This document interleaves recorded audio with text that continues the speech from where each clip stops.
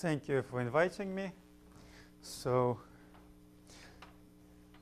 it's a talk about a joint work in progress that we're doing right now with Anatoly Lev. But I'll focus mostly on the background, and then the actual description of what we're doing right now may come at the end if time permits. I'll start fairly far afield. Namely, I'll talk about something called nonlinear sigma model. And I'm going to do it in very general terms. So if you have a Calabi-Yau manifold, plus some extra data, something like a Ricci flat Keller metric, but I don't care to specify what extra data, then physicists associate to it two different gadgets called n equals 2 subconformal field series. And there are two versions of it called A-twisted or B-twisted version.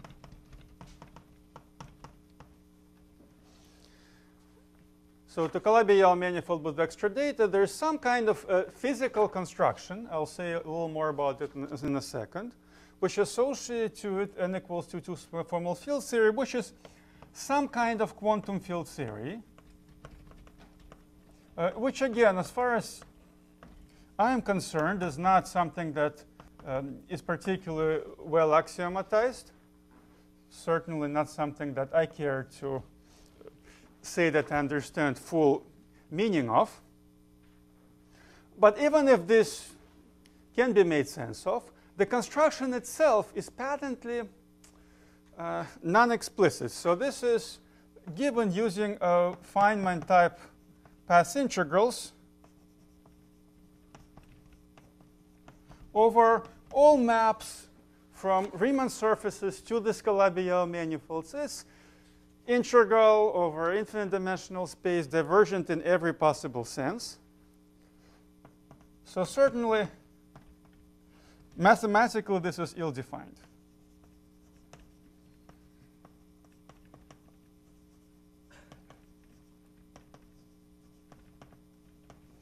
Well, however, if you have this quantum field theory, whatever that might be, there are certain objects in there, such as chiral rings, and this will come in two flavors, A or B, depending whether you consider A twist or B twist. These we would call them type 2A or type 2B string theory. There's other things. You can think of boundary conditions if you're looking at open strings or surfaces with boundary mapping to a Calabi-Yau. Boundary conditions on open strings. And there's also something called elliptic genus of this theory. And what these and other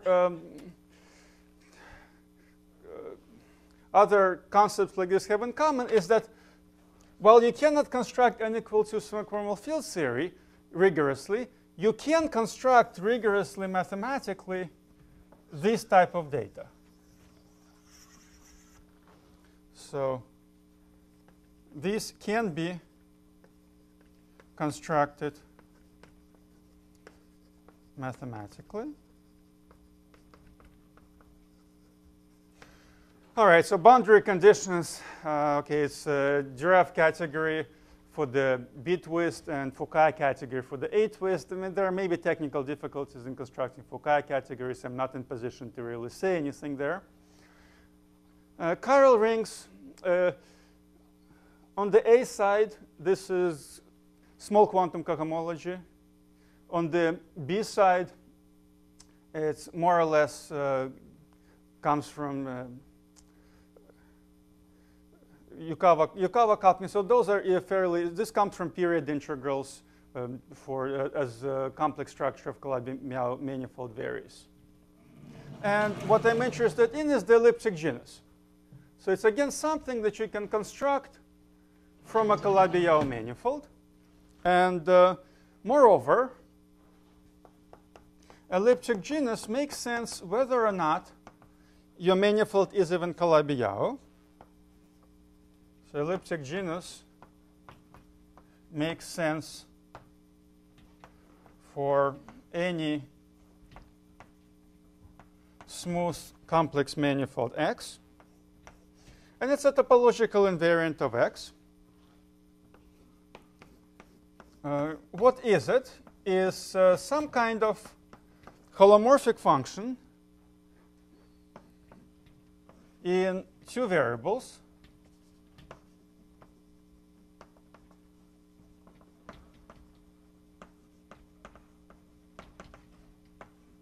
Z is a complex number, and tau is in upper half plane. And if X is a Calabi-Yau, then elliptic genus has some nice property with respect to the Jacobi group. So it's a weak Jacobi form.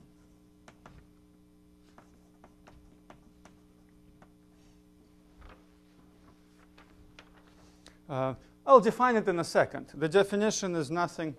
Definition on one hand is, clearly rigorous, but then you do need to understand why you would want to do it. So here is the definition. Let's see. I think I can manage it here.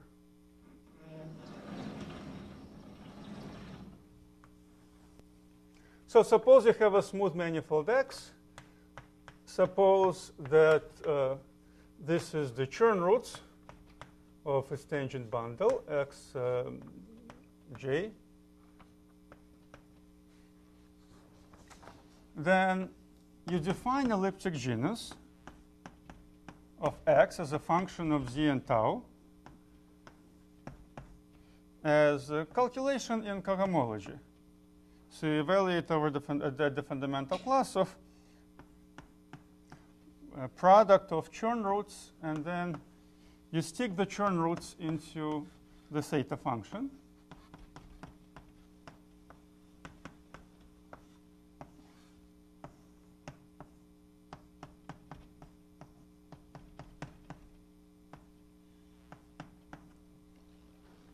Where the theta function of two variables Z and tau is e to the pi I tau over 4, 2 sine pi z, and then product, and from 1 to infinity, 1 minus e to the 2 pi I n tau, 1 minus e to the 2 pi I n tau plus z, and 1 minus e to the 2 pi I n tau minus z. Well, all right. I mean, this makes sense. Theta has a 0 of order 1 here, so that would cancel this xj. So this is really a formal power series in Chern roots, in coefficients being holomorphic functions of z and tau. It's symmetric, so it's some kind of linear combination of Chern numbers of X with coefficients being holomorphic functions in z and tau. All right. Now, you have to figure out, you have to really ask yourself why anybody would consider that, which is why I started by talking about nonlinear sigma models. So it's not just somebody randomly writing it out, although surprisingly it has been written out, presumably not quite related to that picture. So this is often known as two-variable elliptic genus. Also, sometimes people call it Krichever or Krichever-Hahn. And in terms of this quantum field theory, it has something to do with counting maps from torus. So you would expect to have this modular invariance from physics, but it follows immediately just from the property of the theta function. Okay.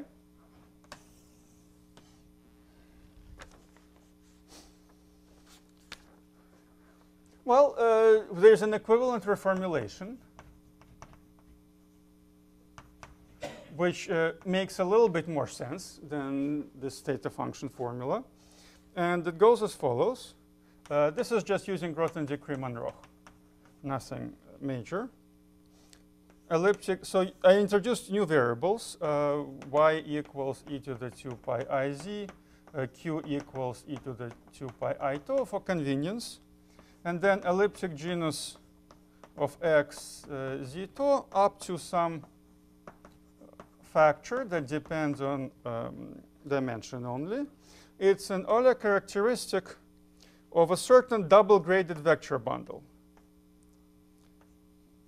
So you take tensor product over n greater or equals than 1. You take exterior algebra of cotangent bundle, and you weigh it with these kind of weights.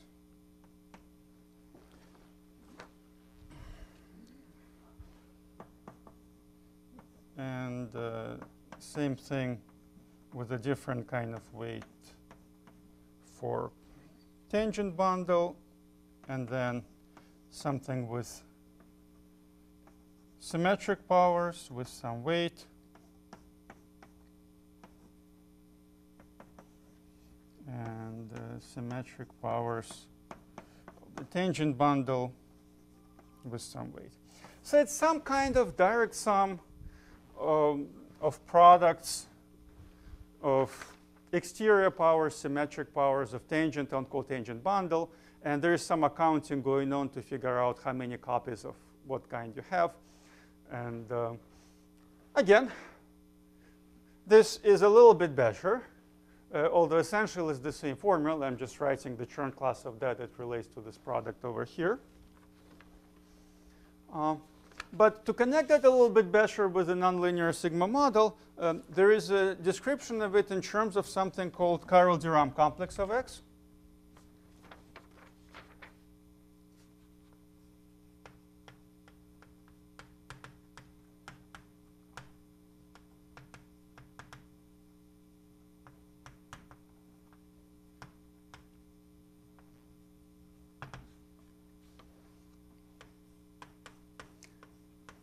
So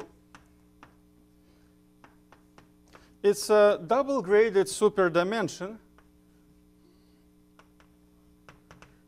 of the cohomology of the chiral de Rham complex of X. So I'll write it, and then I'll explain the ingredients.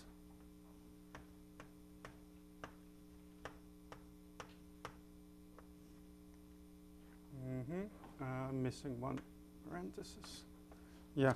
So what it is, MSV of X from Malakoff, Schachtman, and Weintraub is the also called chiral de Rham complex of X.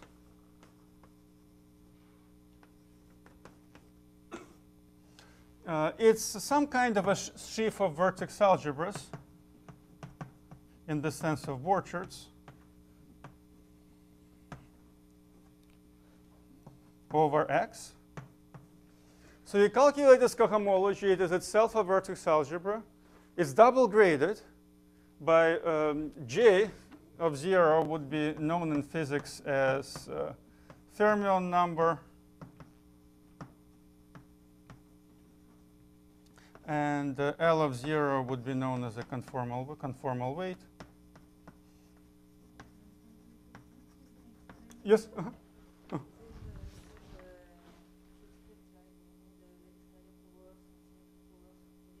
Oh yeah, what does this mean? Yeah. So if I have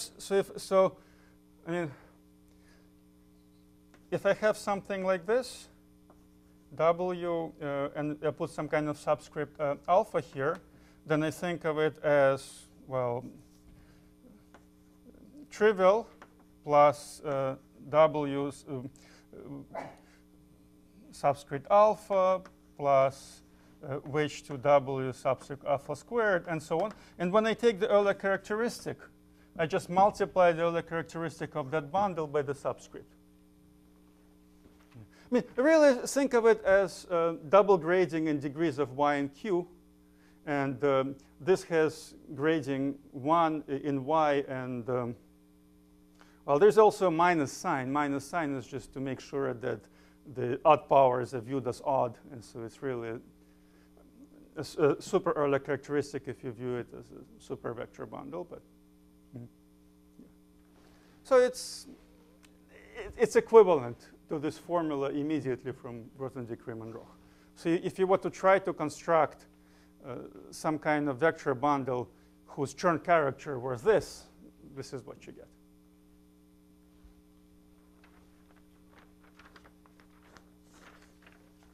Okay. And the thing about chiral-Durham complex itself, it's a little weird, but it has a filtration, so the associated graded sheaf is just that, and then there's this is where how you connect this formula to that formula. Okay.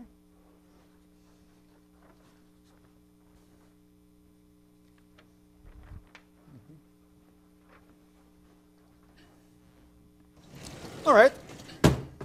So let's talk about now properties of elliptic genus.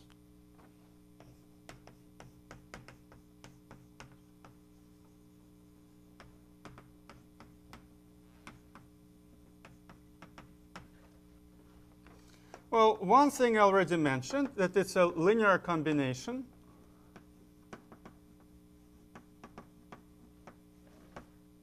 of Chern numbers of x with coefficients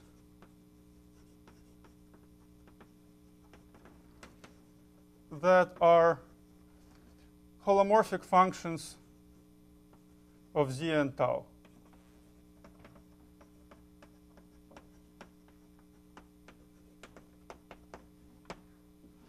If x is a Calabi-Yau, then those functions are weak Jacobi form of certain index and weight. If it's not a Calabi-Yau, then this is something. There's something called quasi modular forms, quasi Jacobi forms. So think of it in the case of just usual modular forms. The ring of modular form is generated by E4, E6. Quasi modular form is when you stick E2 in there. So this would be something analogous to that. So it would be almost but not quite Jacobi form.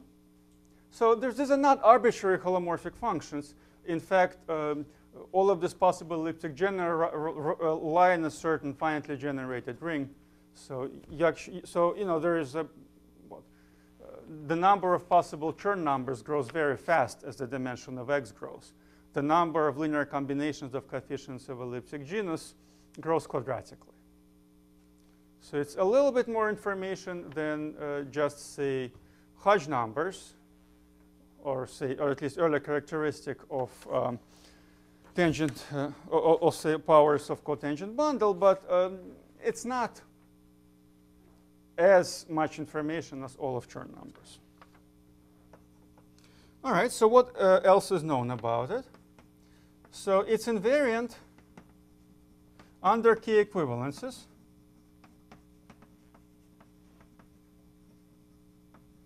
So what's a key equivalence? If you have x and y, and you have another variety z, and they're all three are smooth and the maps are birational, such that the discrepancies of z to x and z to y are the same, then the elliptic genus of x is the same as the elliptic genus of y. In particular, if you have two Calabi-Yau varieties which are birational to each other, then they have the same elliptic genus. So this is due to me and Anatoly Lipgober. And due to Bert Totaro is the statement that, in fact, this is a universal such invariant. So any linear combination of Chern classes, of Chern numbers of X that's invariant under key equivalences, or even something slightly stronger statement, comes from elliptic genus.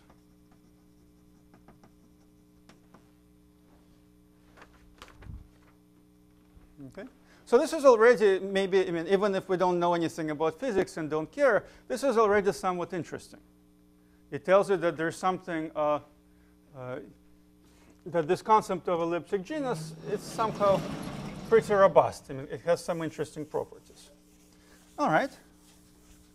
So let me erase this and continue with the properties.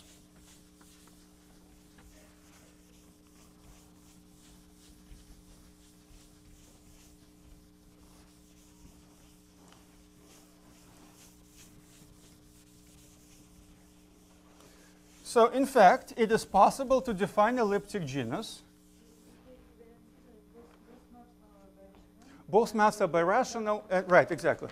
I mean, I should write it right. So pi mu.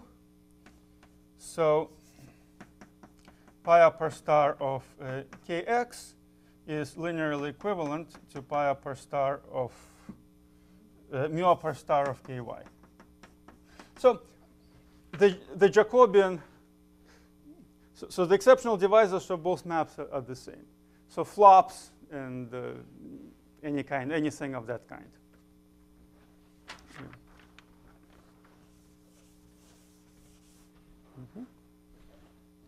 The meaning of that in physics would be that the string theory based on X and based on Y can be analytically continued from one to another. So for them, it's just more or less indistinguishable. So they would expect elliptic genus to be the same from physics, but of course, you know, it actually requires proof once you have a rigorous definition of elliptic genus. All right. Now, elliptic genus can be defined for singular varieties.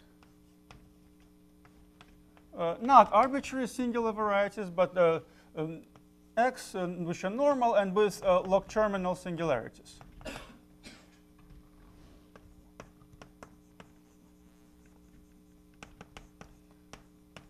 You can do a little bit with non-log terminal singularities, but there are some issues there, and you certainly do need Q-Gorenstein to make sense of it.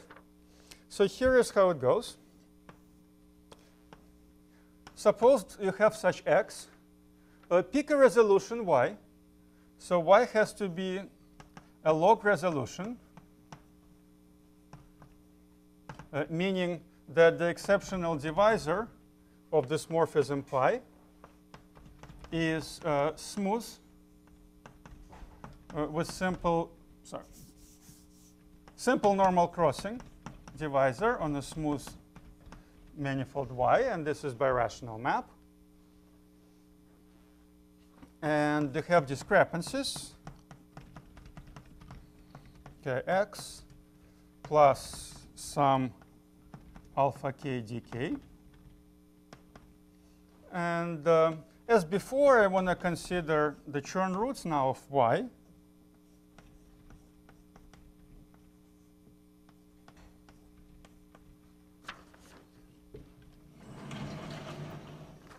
And then with this data in hand, I'm going to define elliptic genus of X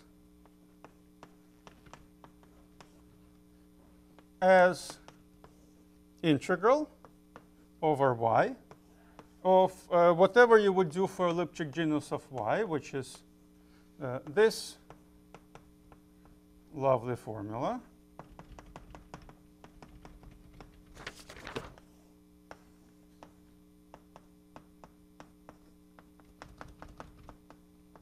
But then you also correct it for the discrepancies in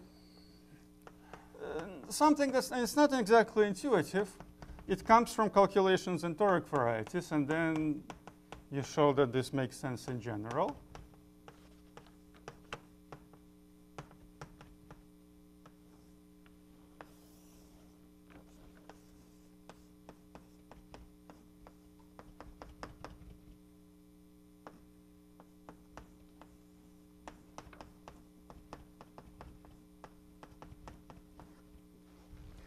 And the biggest claim here, which is again due to me and Anatol Lipgover, is that this thus defined elliptic genus does not depend on the choice of the resolution.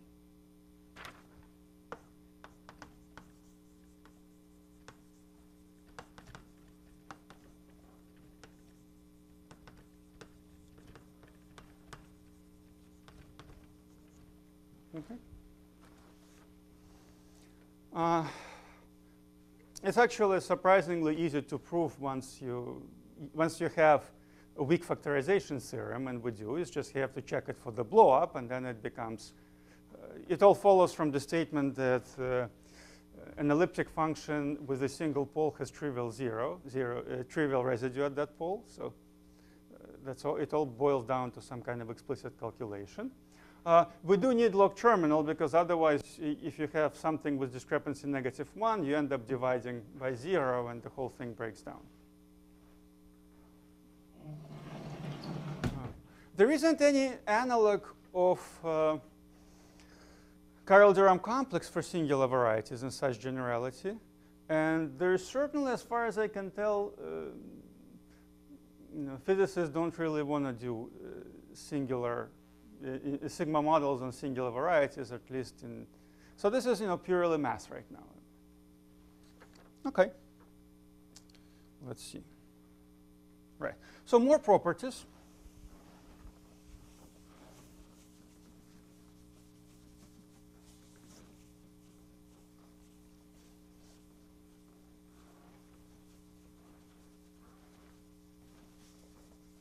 As Q goes to 0, this is the same as saying that tau goes to plus I infinity.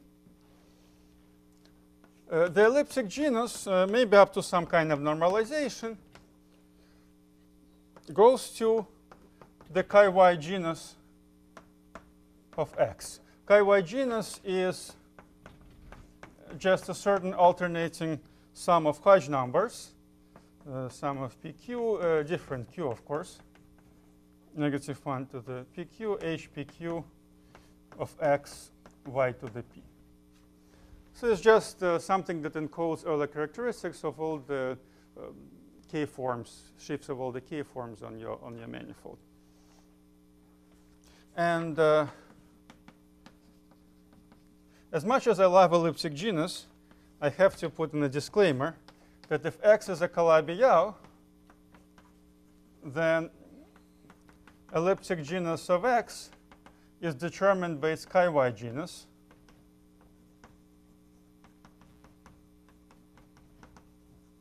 In low dimensions. In dimension X up to 11 and also 13. So somehow the extra information that you get in elliptic genus doesn't really, for Calabi-Yau, doesn't really start showing until high dimension. For non-Calabi-Yau, it shows up in dimension 2 already. Yeah, it's just a statement that you don't get a lot of those weak Jacobi forms. It's so the kind of the Hilbert polynomial is quadratic, but it's doesn't grow very fast. For small n, it looks linear more or less.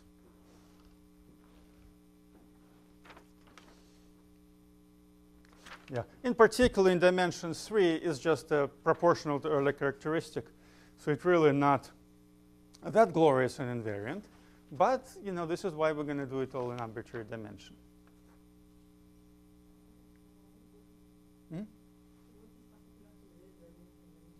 Oh, 12, dimension 12, yeah, it's the same as, there's a cusp form of weight 12 for SL2Z. Now, this is the first place where you get something else, yeah. Yeah, this is where the 12, yeah.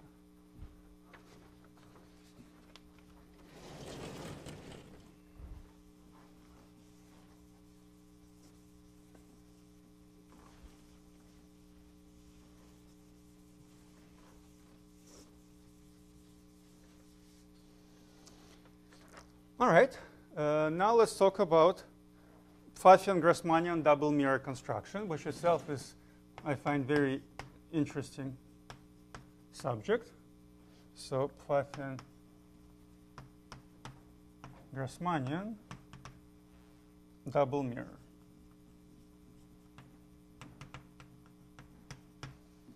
All right, so we're completely switching gears. You start with some kind of complex vector space of dimension n.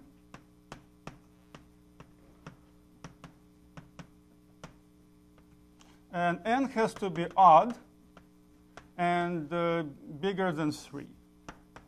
So at least 5. All right, fine. You also pick generic n-dimensional subspace of skew forms on V. Okay, this is my data. A vector space of dimension n, and also n-dimensional subspace of skew forms on it. Okay? To this data, I'm going to associate two Calabi-Yau varieties. So XW is points in the Grassmannian of two subspaces of V such that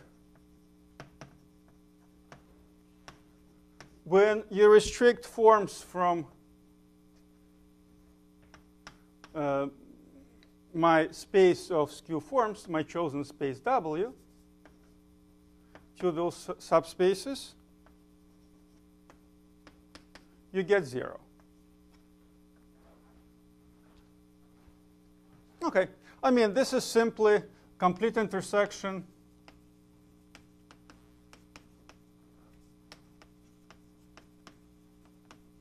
of n Plücker hyperplanes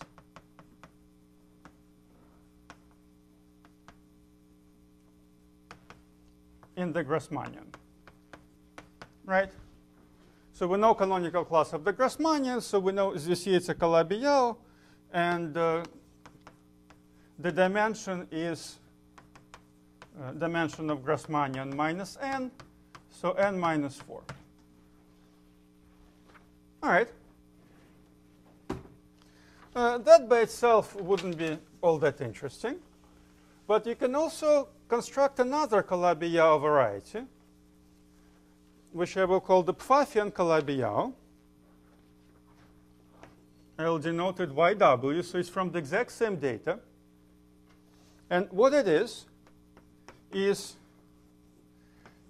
in the space of in this chosen space of skew forms, I will consider such forms that their rank drops.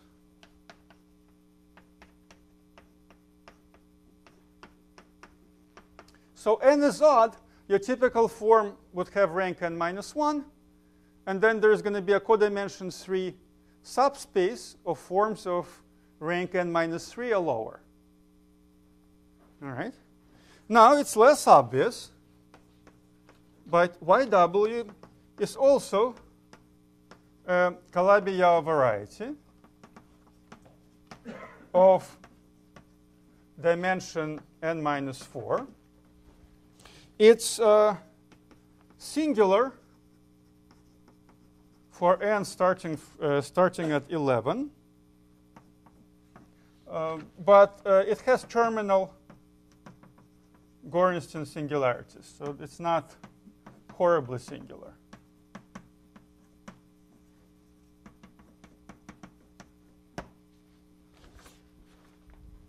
All right, so that's already mildly interesting. You have the same data and you associate two Calabi-Yau varieties. So what can you say about those Calabi-Yau varieties?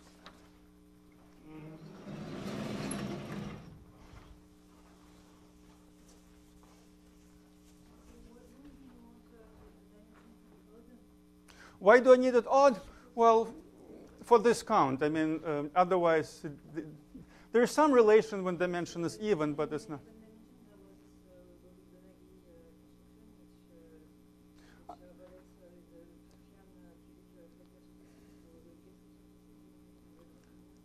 Yeah, I mean, I think you would have something similar. I think there's something similar when n is even, but maybe there's the dimensions of these two guys is slightly off, and there's some. I mean, so it's. I would imagine that you could do something for n equals even as well. Certainly, Kuznetsov, who considers this as an example of homological projective duality, does the even case as well, but it's a little different in the even case. Yeah.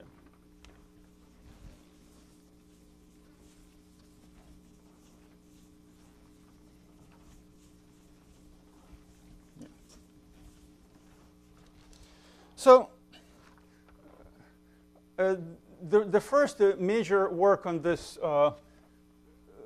example was done by Rodland in '98. And he considered the case n equals 7. So in this case, these are Calabi-Yau threefolds.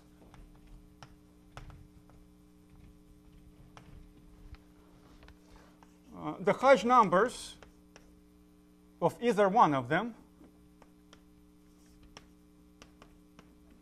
are 1 and 50.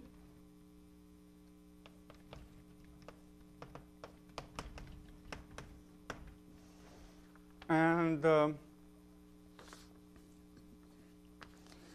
what happens is that the family XW and YW, they have the same mirror family.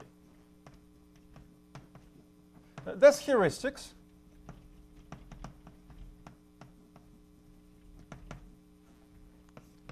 There is some kind of orbifold construction.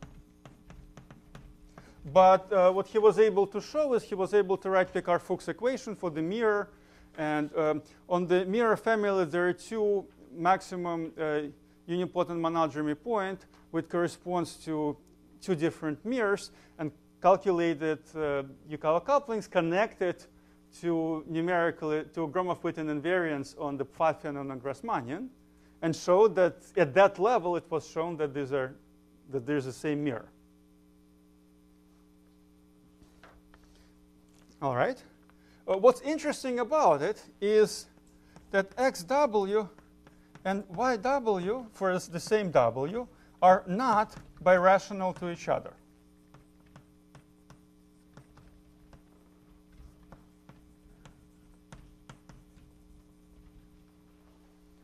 That's new. I mean, you can find a lot of examples of having the same mirror when you have some kind of flop, and it just changes the.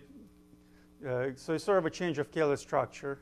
But here, they really are different. They're not birational. But at the same time, around 2006, about the same time, Kuznetsov and me and Calderaro showed the derived category of XW is equivalent to derived category of YW. In this case, n is small, so X and W and YW, they're both smooth, and this is just a usual bounded derived category of coherent sheaves.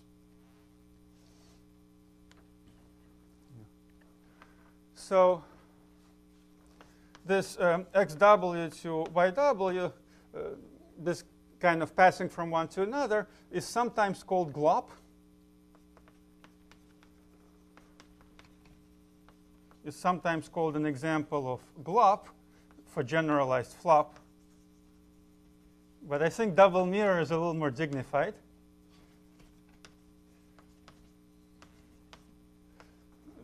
So, what? Oh, yeah. So it's straightforward. The Picard is 1. So if they were birational, there's a theorem that says that it would come from flops, but there are no flops. So you just need to show they're not isomorphic. If you look at the generator of the Picard, the cube is different. Yeah, I think it's 14 for the Pfaffian and 42 for the Grassmannian. Right?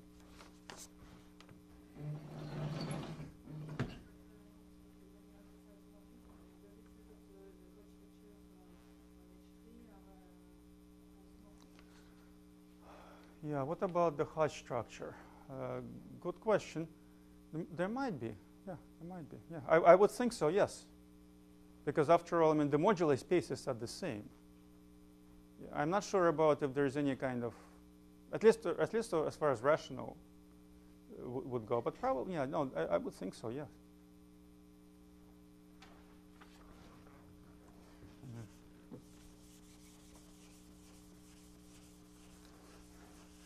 Yeah, and derived equivalence is proved by explicitly producing the Fourier-Mukai functor. So there's some kind of geometry that.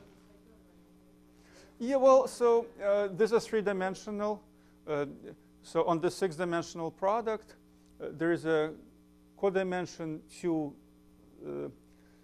subvariety, and we take an ideal of that codimension 2 subvariety, and that does the job. So it. Yeah, you can do. Yeah.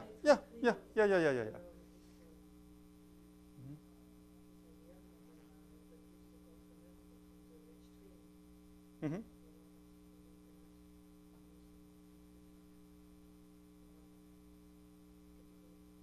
Say it again. But I want if you have this sheaf, Mm-hmm. Yes.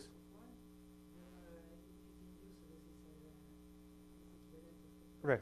Mm-hmm.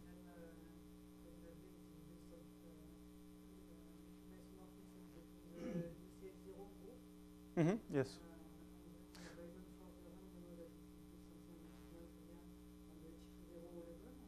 Mm-hmm. Yes. Yeah, equivalence of Hodge structures. Yeah. Yeah, I'm pretty sure. Yeah.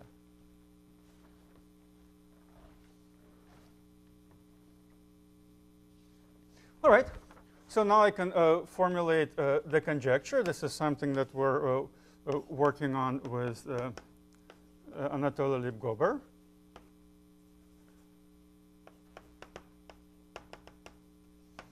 And it's the following. Elliptic genus of xw and elliptic genus of yw coincide for any n. Now, this elliptic genus is a topological invariant. It doesn't depend on the choice of w. So it's really just for every n, this is some kind of function of z and tau. This is another function of z and tau, and they're supposed to coincide. All right, why do I care about it? So my motivation. What I really want to understand is in the case n equals 7, so dimension 3, I want to really understand the cohomology of the Carl-Derham complex of xw and yw.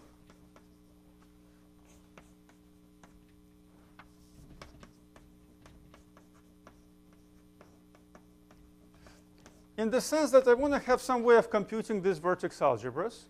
And from the physics point of view, you expect that there is some kind of family of vertex algebras which interpolates from this cohomology to that cohomology. I see something like this in the toric picture, but this is non-toric. So this is new for me. You cannot do the usual sort of toric calculation. This is more complicated. So I don't have an explicit description of either one of them, really.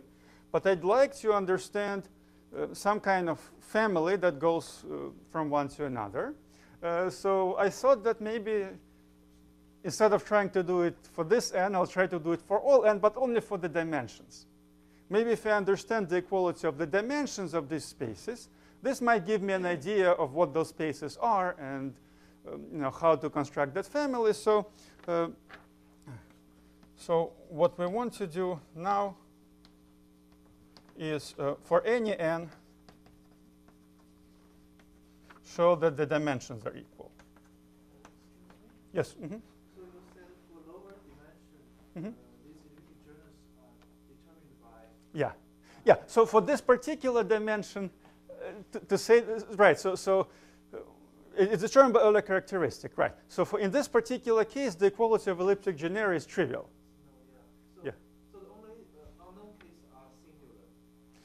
Well, That's true. Well, okay, I mean, technically, n equals 9 is also, the 5-folds. But yeah, but in the 5-fold case, I know how to show that they're equal. There again, it follows from chi-y genus, and I can calculate chi-y genus. Means for any given n, this is a delicate, but just a calculation.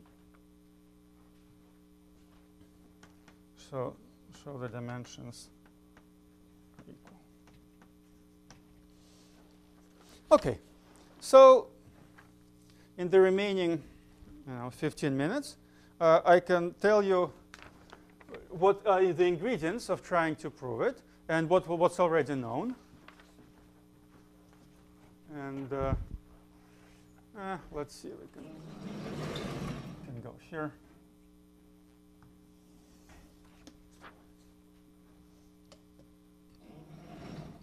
All right, so what's already checked? At the level of chi-y genus, which is same as saying that up to higher powers of q, it's done for n lesser or equal 17 by computer calculation. And it's also about 80% done for n equals 19 up to O of q squared. I decided to do this more massive check. 80% done in the sense that it's an equivariant localization calculation. There is, on some varieties, there's about 100,000 isolated fixed points. And I make the computer print the number of fixed points as it goes along. So I know it's about 80% done. I thought by this time we would have the conjecture proved anyway. So I didn't bother to try to make the program more efficient. So it's been running for about a month. Yeah. So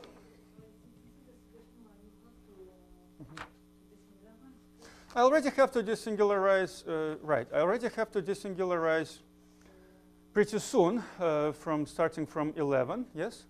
Well, I mean, I work on no. It's not a Macaulay calculation. So what I do, I calculate, look at. So in this case, I can reduce everything to calculation over a certain vector bundle, a projectivization of some kind of vector bundle over Grassmannian, and I use the Cartan subalgebra to find.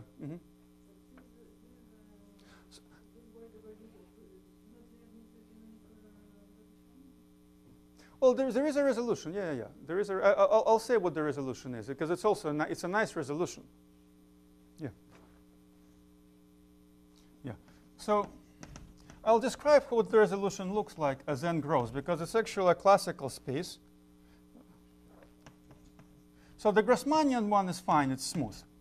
So the Pfaffian side gets more singular. The reason it gets more singular is because okay, so generically, your form has corank 3, but then there is somewhere where it has corank 5, and that's going to be singular along that, and corank 7 is even more singular, and so on. Okay? And so here is a description of the log resolution.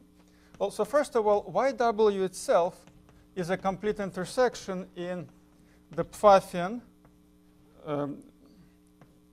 So Pfaffian is just a codimension 3 subvariety in the space of all two forms on V. And it's complete intersection of n choose 2 minus a hyperplanes, just the annihilator of the space W. So I'm just going to resolve the Pfaffian, and then from there you get resolution of YW. Okay?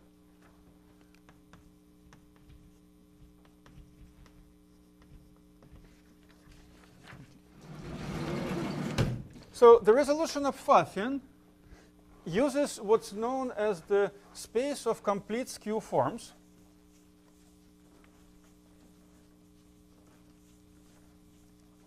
So which if not for this project, I may not have known about it, but now I know something about it.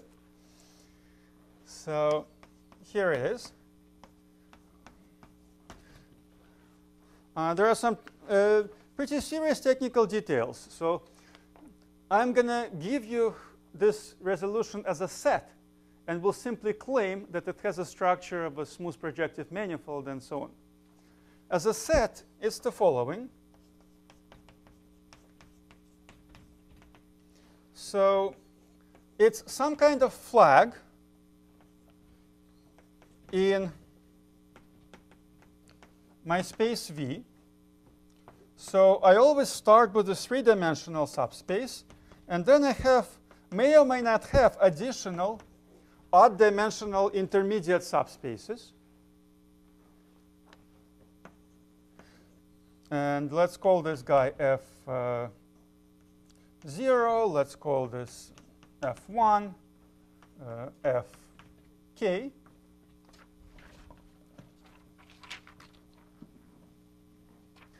And I also have skew forms on the quotients.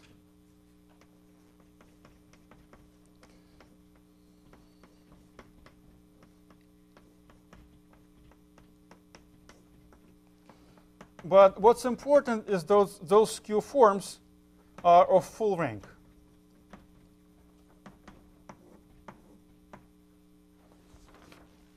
So somehow, as soon as the form becomes not of full rank, you get to introduce additional intermediate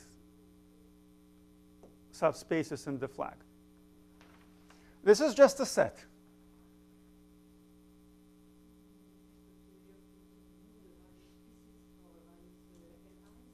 Yeah. They're not fixed, yes. Yeah, so there's a big stratum where there's nothing in between. It's just T3 and V, and you have non-degenerate forms. But then there are various smaller strata where you have to introduce intermediate subspaces. Okay. Now, so this would be known as a relative space of complete skew forms. Relative because I do have to fix T3, and it's in the fibers of the universal quotient bundle. So if you think of if you know what the space of complete skew forms is, then this is a variation of it where you do it in fibers of a universal quotient bundle over the G3V.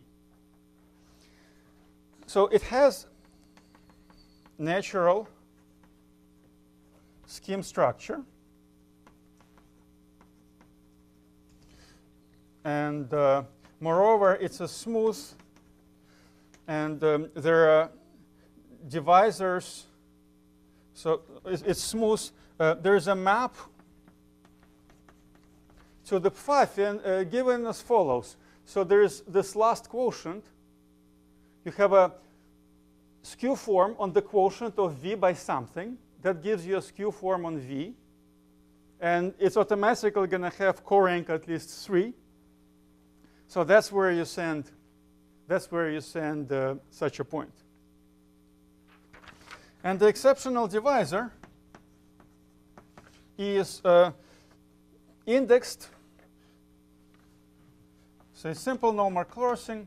It's indexed by dj j between 3 and minus 1 over 2.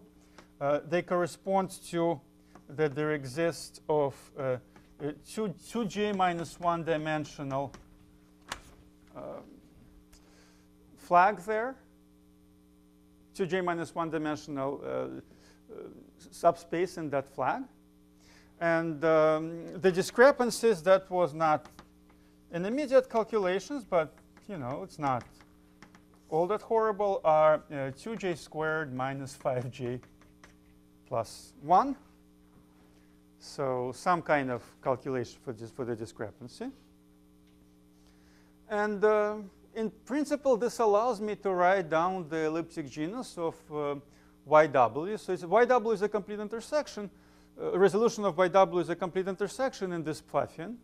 But you can pass to complete intersections without any trouble by adjunction formula. So you can calculate elliptic genus of complete intersection as some kind of calculation in the cohomology ring of the ambient space. It's never a problem. So I can write both of them, but equality is not apparent. Okay. Questions?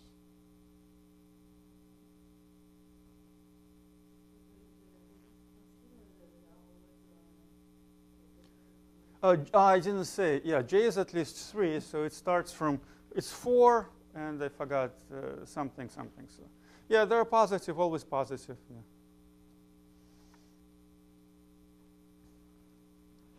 Yeah. So there are a couple of approaches that we've tried so far.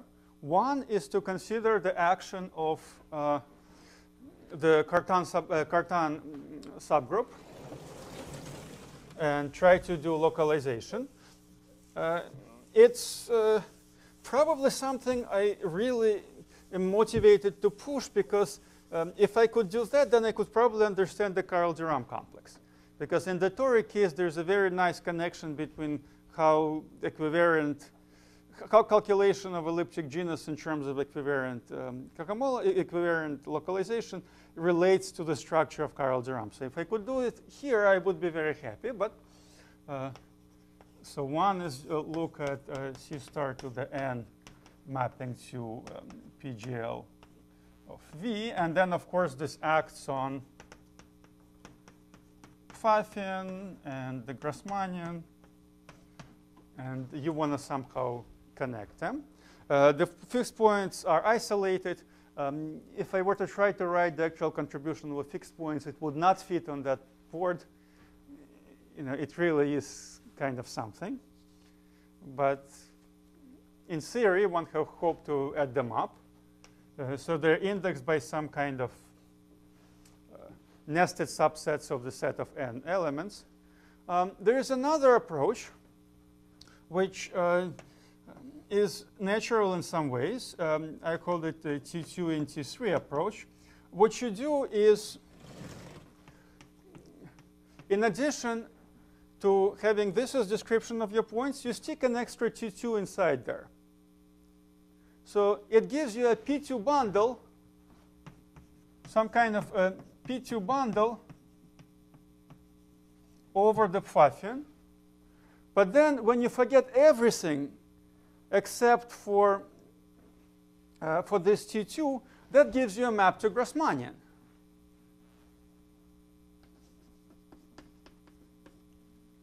But in fact, what you can also say that Z maps birationally to second exterior power of the cotangent bundle,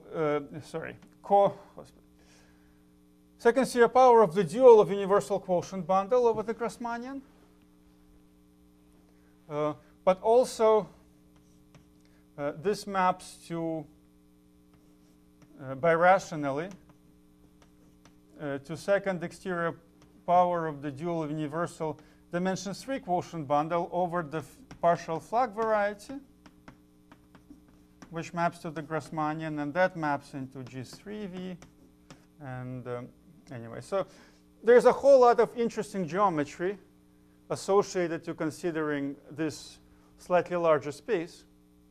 And it's reasonable to hope that you can construct some kind of elliptic class over here, so that when you push it to the Pfaffian and to the Grassmannian, you get what you need to compute the elliptic genus. But I haven't been able to guess what this class might be yet, so this is all work in progress. So I may be able to figure it out later today, or not for another 2 months. But somehow I feel it's not a horribly difficult conjecture. So I expect to make some progress on it soon. All right, and now I'm out of time, so it's a good place to stop.